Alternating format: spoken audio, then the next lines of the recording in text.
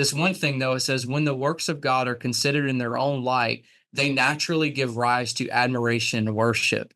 What do you think about that, Jonathan? I mean, what do you think about that statement? Yeah, I love that focus throughout Bavinck, and you find it in Paul and Augustine and Calvin too. But in the middle of the book of Romans, we're not in the middle, in chapter 11, the Apostle Paul just breaks into, oh, the depths of the wisdom and the counsel of God, how unfathomable. And I feel like Bavinck writes with that behind him all the time, or throughout what he's writing. So he's not, maybe to put it this way would be helpful. Like, he's not giving us, here's 27 works of God in bullet point format. He's going to give very full, helpful paragraphs. And as you read what he writes about the wonderful works of God, whether that work is justification or adoption that we've spoken about so much already, whatever it might be, it brings you to worship. It's like, this is exciting. This is thrilling. It makes my heart glad. It brings me to say with the Apostle Paul, oh, the depths of the wisdom of the knowledge, and rejoice in the Lord always. Again, I'll say rejoice. It warms your heart in a worshipful way.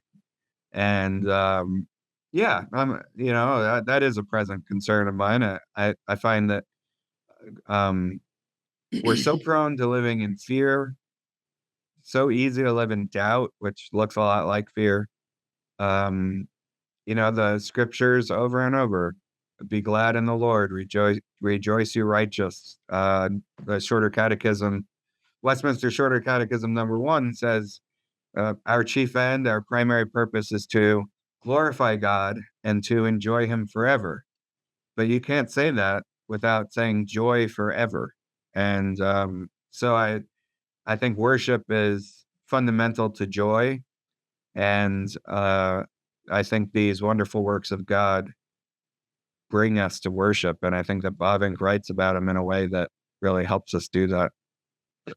Yeah, and I really like your point, Jonathan, about the emphasis on emotions that a lot of people maybe try to place around Christianity. Christianity absolutely involves the emotions. We are integrated selves. If something in my body will affect my spirit, which can affect my emotions, nothing happens in isolation. Yeah. And so while emotions are a part of our Christian faith, it's really a matter of, we allow truth to proper thinking will lead to proper emotions. Yeah. And we want to think properly about God so that we can respond properly to God and have the proper emotions as we engage in the world and so forth. Christian erudition.